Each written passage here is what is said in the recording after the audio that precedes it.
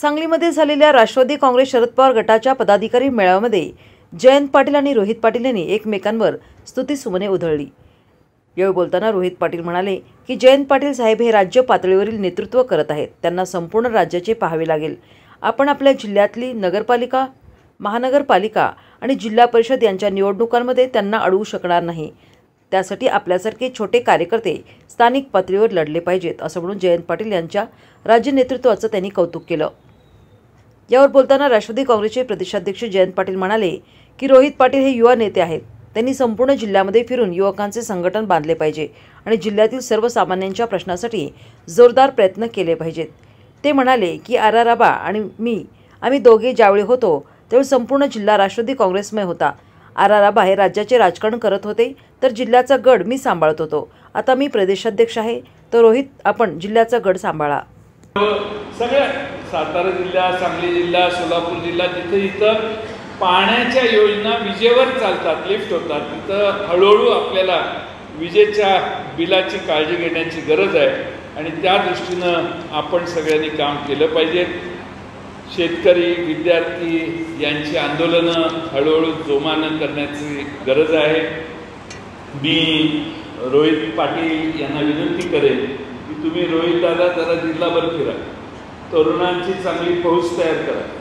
आपल्याला चांगल्या पद्धतीनं जिल्ह्यामध्ये पूर्ण ताकदीनं मी आणि आराराबा होतो त्यावेळी जिल्ह्यात राष्ट्रवादीशिवाय दुसरं काही सत्तेवर यायचं नाही। त्यामुळं आराराबांच्या जागी आता रोहित दादा पुढे आलेले आहेत। त्यामुळं रोहित दादांना माझी विनंती आहे की आमचं अंडरस्टँडिंग असं होतं की आबा महाराष्ट्रात फिरायचे त्यावेळी आम्ही जिल्ह्याची काळजी घ्यायची।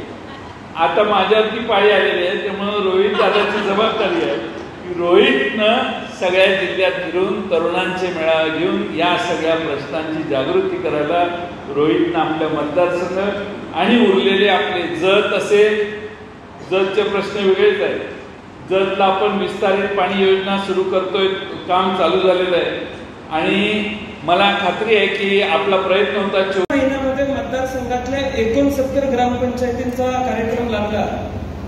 आम्ही सर्वांनी निश्चित केलं आणि 69 पैकी 60 पेक्षा अधिक ग्रामपंचायती आम्ही मतदारसंघातल्या साहेब निवडून आणल्या पक्षाच्या।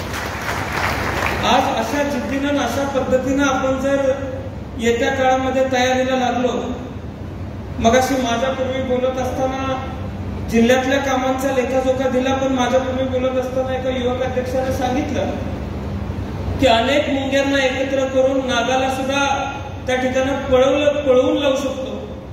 आज त्याच पद्धतीनं जिल्ह्यामध्ये आणि या राज्यामध्ये पुन्हा आपला पक्ष उभा करण्याची आवश्यकता आहे।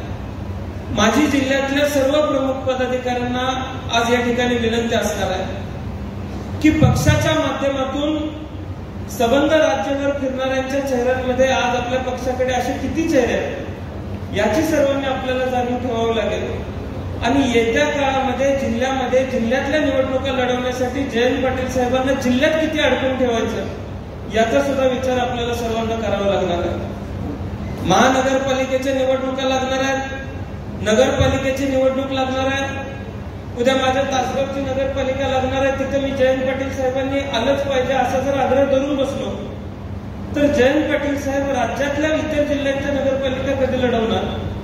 आज अनेक जिल्हे असे आहेत जिथं आपल्या पक्षाला विधानसभेचा सदस्य नाही, तिथं आपल्यातल्या कुठल्या तरी माणसाला जाऊन तिथे नेतृत्व करायला लागणार आहे। अशी परिस्थिती आज राज्यातल्या अनेक जिल्ह्यामध्ये असणार आहे। त्यामुळे उद्या नगरपालिकेची जरी निवडणूक लागली किंवा महानगरपालिकेची जरी निवडणूक लागली तरी ते शहराची निवडणूक नसणार आहे, ती आपल्या नेत्यासाठी राज्याचीच निवडणूक असणार आहे। आम्ही सर्वांनी लक्षामध्ये घेतलं पाहिजे आणि येत्या काळातल्या निवडणुकीसाठी आपण सर्वांनी जिद्दीला कामाला लागलं पाहिजे, हे आपण सर्वांनी आज या ठिकाणी ठरवण्याची आवश्यकता आहे। अनेक मुद्दे आहेत